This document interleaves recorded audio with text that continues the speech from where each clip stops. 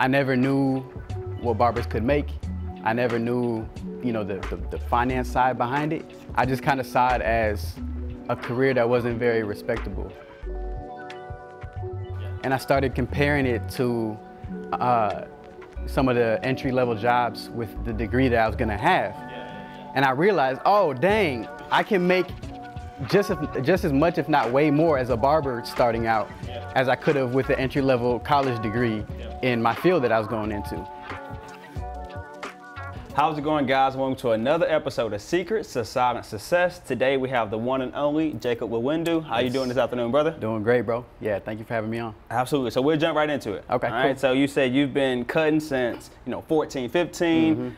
You was something you were passionate about. You're like, oh man, I can express myself. You were doing it for free at first, but then you start to also see it as career path potentially. Entrepreneurship, freedom of time, creative expression. However, there's also some doubts, right? Like, can I actually make a viable living being a barber? Tell me a little bit about your journey into being a barber, an entrepreneur, and also how did you maybe overcome some of those initial doubts? Okay. Yeah, so I didn't see it as a career path for years after I started. So I started when I was 14, 15, like you said, but I didn't actually choose to pursue it as a career till I was like 24, 25. Oh, wow. Yeah. Wow. Because I didn't see it as a viable career. I never knew what barbers could make. I never knew, the finance side behind it. I didn't know anything about the numbers. I just kind of saw it as a career that wasn't very respectable, so to speak. I think part of that was just based on my ignorance and just based on the small kind of view that I had of the barber industry before then. So I didn't choose to pursue it full time until my senior year of college. Okay. So I was going to college for something completely different. And then, I was still cutting on the side, and I would post my cuts on Instagram.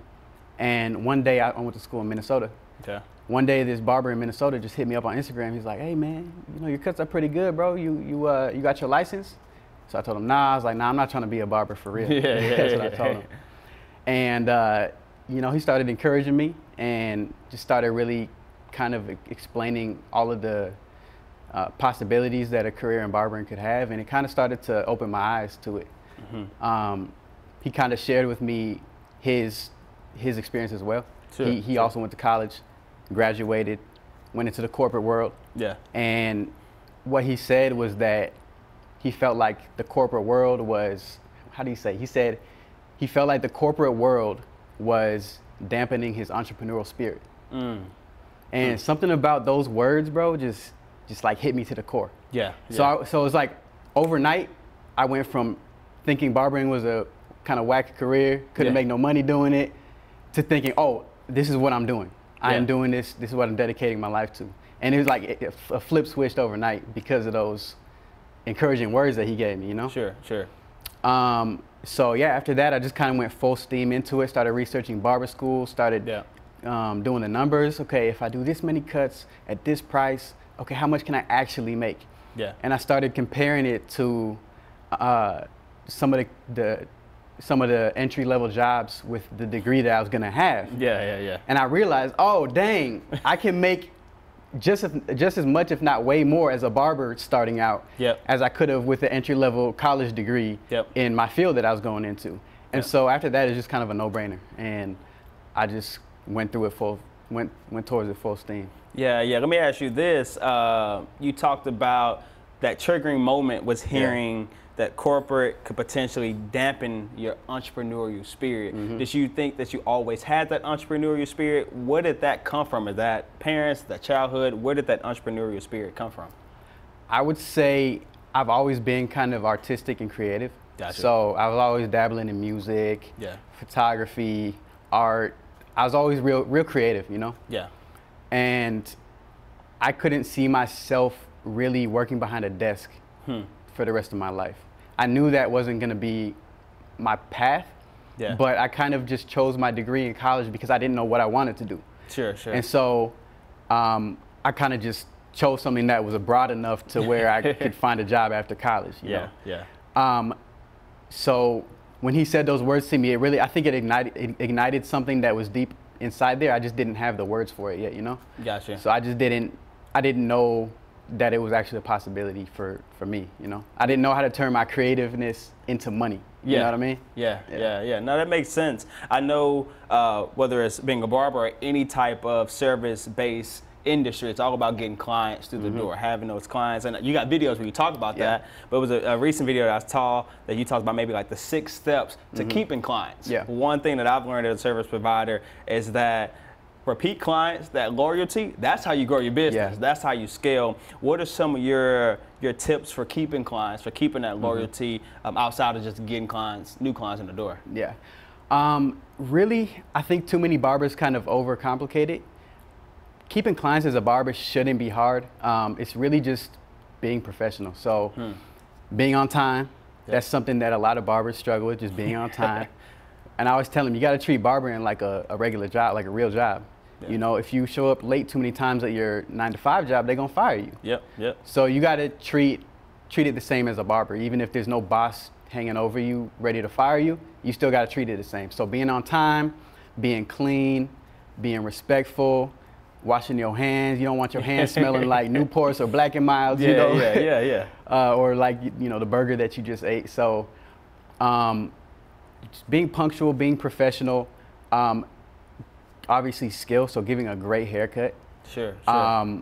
And one thing that I think has helped me really retain clients is, aside from the cutting, aside from the professionalism, it's really building that connection with the clients. I think that's one of the biggest things. So actually listening to what they're saying when they're in the chair. Yeah. Like, I don't know how many barbers can relate to this. From guys that I've talked to, I think a lot can relate to this. My memory is horrible. Yeah. Horrible. My memory's horrible. I smoked a lot of weed as a kid. Growing up, my memory's gone. Yeah. But my memory, when it comes to cutting hair, when it comes to my clients, is impeccable. Wow. I have photographic memory. So I'll literally remember every conversation that I had with a client. I'll remember every detail that they told me. I'll remember what they said they did last year on a vacation. Like, I just remember all these details about my clients, and then the next time they come, I'll bring it up again. Like, hey, how did that job interview go? Or how did that vacation with your wife go?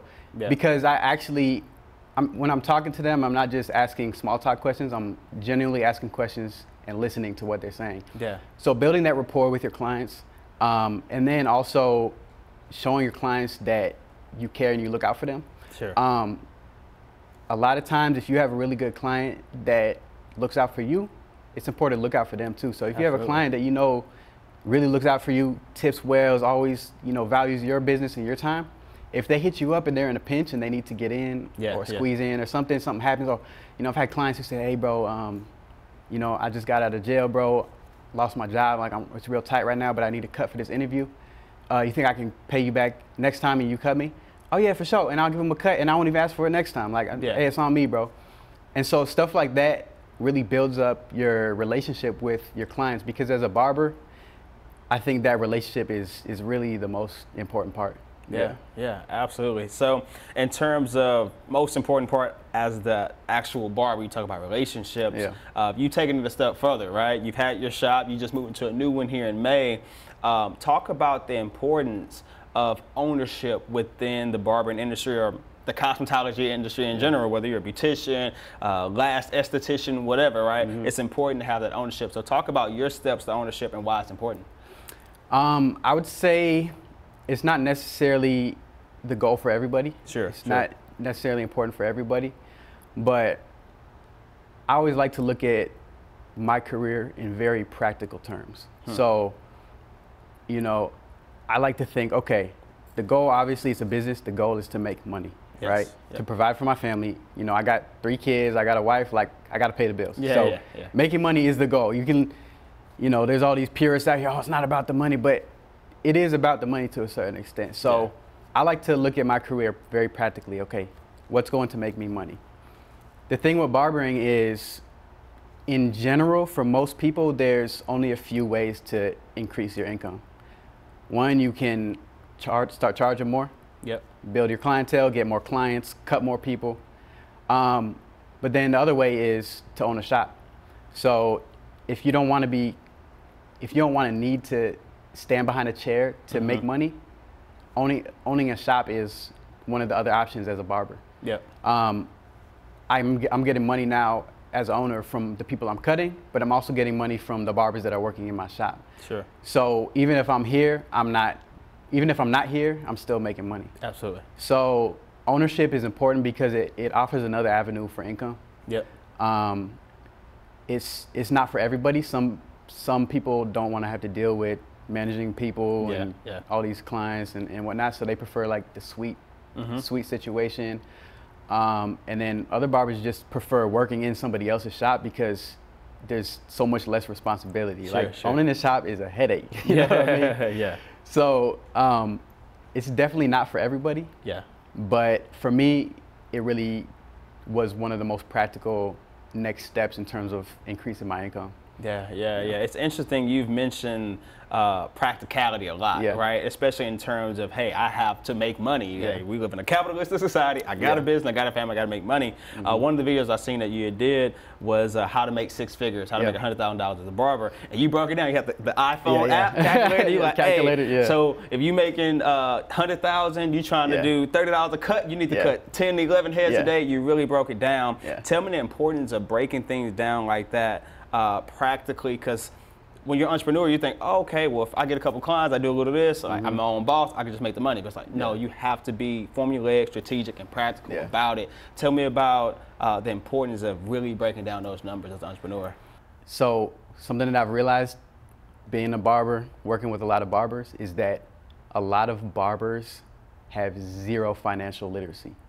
A lot of barbers don't even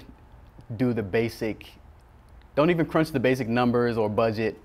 They don't know how much they made in a month. They don't know how much they made in a week, you know? Yeah. And so for me, you know, I didn't grow up rich. To me, making $100,000 seemed unfathomable. Yeah. You know, it seemed like that's impossible. Like, I'll never make that. Yeah. But once I started making a practice of crunching the numbers, I was like, oh, snap, that's doable. Yeah. It really all started when I first made the decision to become a barber, is when I looked at the entry-level positions for my college degree that I would have had. And then I just broke down the numbers in terms of cuts, how much I would have to do in order to make that entry-level salary. Yeah. I was like, oh, bro, that's super easy. And so that just kind of made me really intrigued by crunching the numbers. And so now I'll just do it for fun. Like, oh, okay, what do I have to do to make this amount? What do I have to do to make this amount? And so crunching those numbers and setting a very clear goal is one of the best tools that a barber can have in order to reach his goals. Because so many barbers never never crunch the numbers and look at exactly what it'll take to reach a certain financial goal.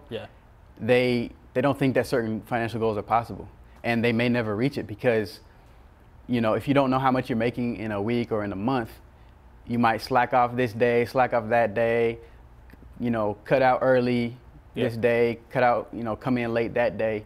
And what happens is over time, all that laziness and all those short days, all those missed days, they really add up to a lot. But when you can have a goal in mind to say, okay, I want to make this a year, so in order to do that, I need to make this much a month and this much a week and this much a day. It sets a very clear, easy goal.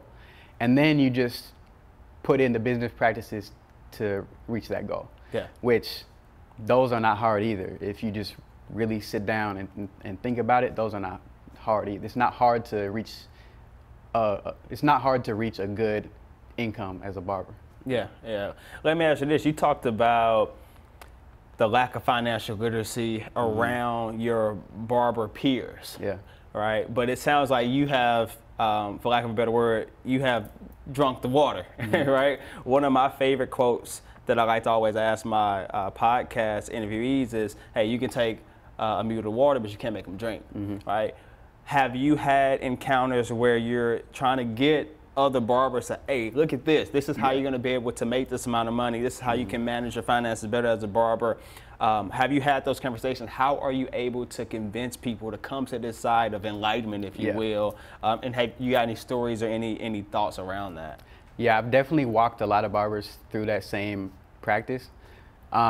And for every single one that I've walked through it, it's been just as like enlightening and a eureka moment for them too. They're like, dang, what?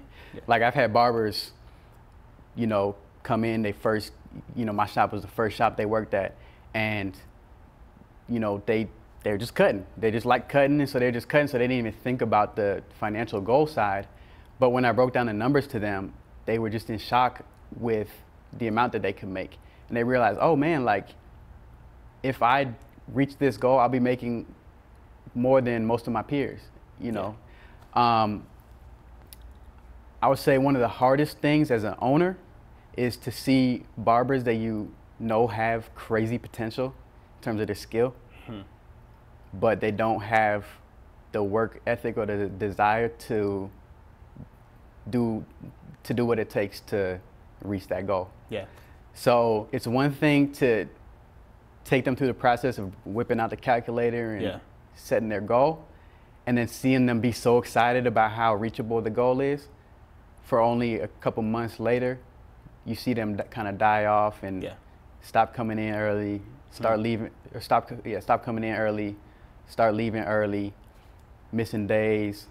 So I say as an owner, that's tough, because you know, you want everybody in your shop to win and succeed. And so it's tough to see somebody not as far as they could be when you know they have everything that it takes to be that. But I will say this, one of the most gratifying things as an owner has been to see some barbers that did get it, and they just took off. Like one of my barbers, my shop was pretty much the first shop that he ever worked at, fresh out of barber school, and he made over $100,000 his first year. Wow. First year as a barber. Yeah. And so I try to tell like all these new barbers, or barbers that are struggling with their clientele, or struggling to meet their goals, all it takes is consistency and hard work. Yeah. That dude, he's not the coldest barber in the world. Yeah. But he came in every morning and he left every evening. Like he was often the first person in the shop, and he was often the last person out the shop. And he worked 6, if not 7 days a week. Yeah. Not saying everybody has to work 7 days a week, but you should work at least 5, 6 days a week. You know, 8 to 10 hours a day if you're starting out.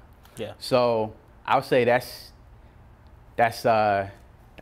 some of the best advice I could give a barber starting off, is to just set those financial goals and then stick to your plan to reach those goals. Yeah, yeah. I know one of the things that you mentioned in there that sticks out to me is always consistency. Yeah, right. I always tell people, I'm not the best videographer, I'm not the best public speaker, I'm not the best anything, but I can just outlast someone, right? That consistency. One of the things I love about you is the content that you produce, man. You be dropping content on the day, every day, right? The consistency. Tell me about your content strategy in terms of creatively. Hey, how are you thinking of these ideas? You got the barber bars, right? Where is all of this coming from? How are you staying consistent with it? How are you using it as a marketing tool, maybe even a monetization tool? Just tell me about your content strategy, because you can't have a business without content nowadays. Yeah, that's very true. You can't have a business without content.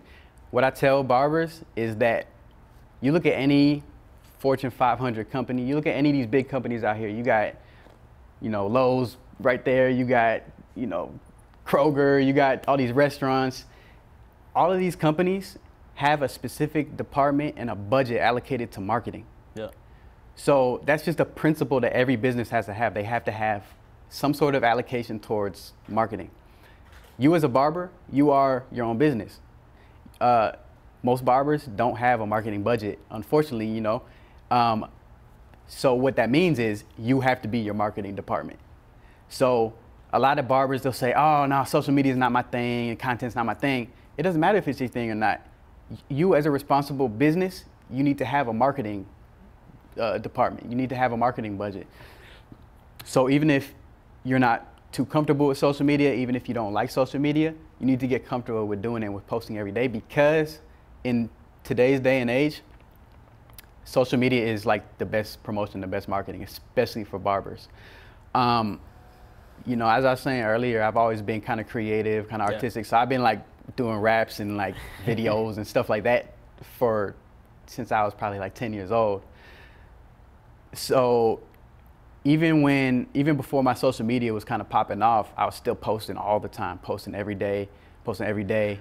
You know, I was stuck at like 1,000 followers for like years. Wow. But I would still post every day, post, just because I like creating content, and I just had a feeling that one day it was gonna work, you know? Yeah. And so I was posting, and then really it just took one post, I'd say, what was it, about a year ago? One post about a year ago that just went viral and blew up. It's like over 1 million views now. Yeah. And that kind of started the spark of my social media really just growing. And I knew that once that happened, I already had a plan for what to do, essentially. You know, I had so much content. I was so familiar with making content already, and I had so much content on the back burner that once that one viral thing went up, I had a bunch of stuff to keep following up with, and I was able to be consistent. I think what happens when people go viral a lot is they just go viral on a whim, and then they have nothing else afterwards, and so that virality kind of dies down. Yeah. So you just got to keep being consistent, even if you don't see, even if your video only gets 100 views, you still just got to keep posting every day. Yeah. And eventually something's gonna take off. Yeah, so I'll ask you to get a little more granular in there. You talk about posting every day, but you also say, hey, you cutting, you the owner of the shop, husband, 3 kids. How you finding time to make the content, to post the content, schedule it out? What does that look like for you? I'm glad you asked that because, bro, to be honest, it's not easy. Yeah. That's why my content over the past, you know, couple months has kind of been waning a little bit. You know, I'll go have a long streak, you know, good streak for a couple weeks, and I'll kind of dial back a little bit, then another streak and dial back a little bit, because, man, like, you know, I come in the shop in the morning, working all day, come back home, dead tired, got to entertain the kids, feed them, put them to bed, and then by the time I get in bed, like, it's time for me to go to bed, you know? So you're right, it is hard to juggle. I'd say one of the most helpful things for me is creating a system for creating content. Okay. That's helped me really be able to, it's taken a lot of the stress and the thinking out of it. Yeah. So the system that I do, one of the main systems that I do is I'll just go on Instagram Reels and I'll just look at all the Reels. I'll spend like, you know, 20 minutes just scrolling Reels. Not for fun, but for business. Yeah. So I'll scroll Reels and I'll be looking for funny Reels. And every single funny Reel that I see, I'll think, okay, how can I remix that audio to be barber related? Gotcha. And so I've just created a habit of just doing that. So now anytime I see a funny Reel, my creative funny barber mind will be going, okay, how can I create a funny Reel to relate that to barbering? And so I'll save the audio and then I'll come in 30 minutes early for my first appointment, and then that's when I'll do all my content. Gotcha. It don't take long to record a Reel, it takes 2 minutes. Yeah. So every barber could come in 10, 15 minutes early from their first appointment, get some content real quick and post. And also what I'll do is I'll batch create. Okay. So I'll record maybe 5 Reels in one day. So I'll come in 30 minutes early, record 5 Reels. I'll post one today, post one tomorrow, one the next day, one the next day, one the next day. Yep. That way I have content locked and loaded so that if I run out of time another day, I already have something ready to go. Yeah. So that's helped a lot with the regular content. In terms of the more creative content that I'm more proud of, like the barber bars and like the actual like camera recorded stuff, like the really good stuff. Yeah. That takes longer and it's a lot tougher to find time to do that. Yeah. But yeah, I would say just, you know, you can make time. So you can get up a little earlier or you can go to bed a little bit later, you know.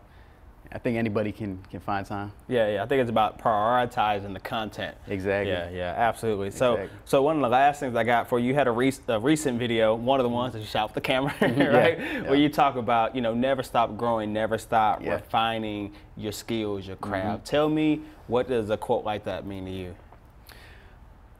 I had a client, I was cutting a client one day, and some guys in the shop were talking about, you know, what makes clients come back, what makes them leave you. And my client went to the guy and he's like, hey, bro, let me tell you why I keep coming back to Jacob for the past 4 or 5 years, however long it's been. He said, I can tell that he's consistently improving his craft. Yeah. And that's something that I've always been very conscious of. I've always been kind of like a, how do you say, more timid person, like a more self-conscious person. You know, I've never been super confident.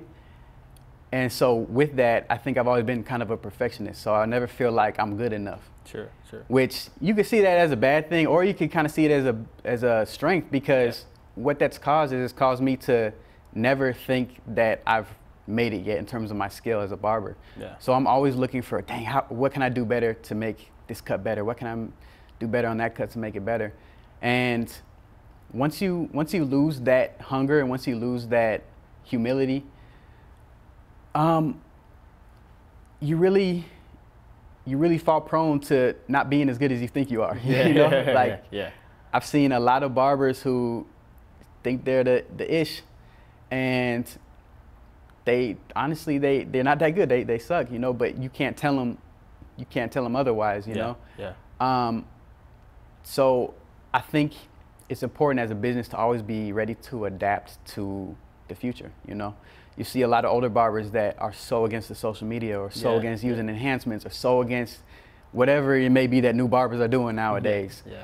But what happens is they fall behind. They can't build new clientele. Maybe it works for some people, but I think as a general rule, you want to be able to adapt. You know, I've worked with some old school barbers who, you know, 40, 50 years old, who were watching the young guys like, hey bro, what's that enhancement you're using? Or hey bro, what's that you know, how you making them reels? And they start making reels. Like, imagine a 50-year-old dude making reels. And but that's important. That's what a business needs to do. It doesn't matter how old you are.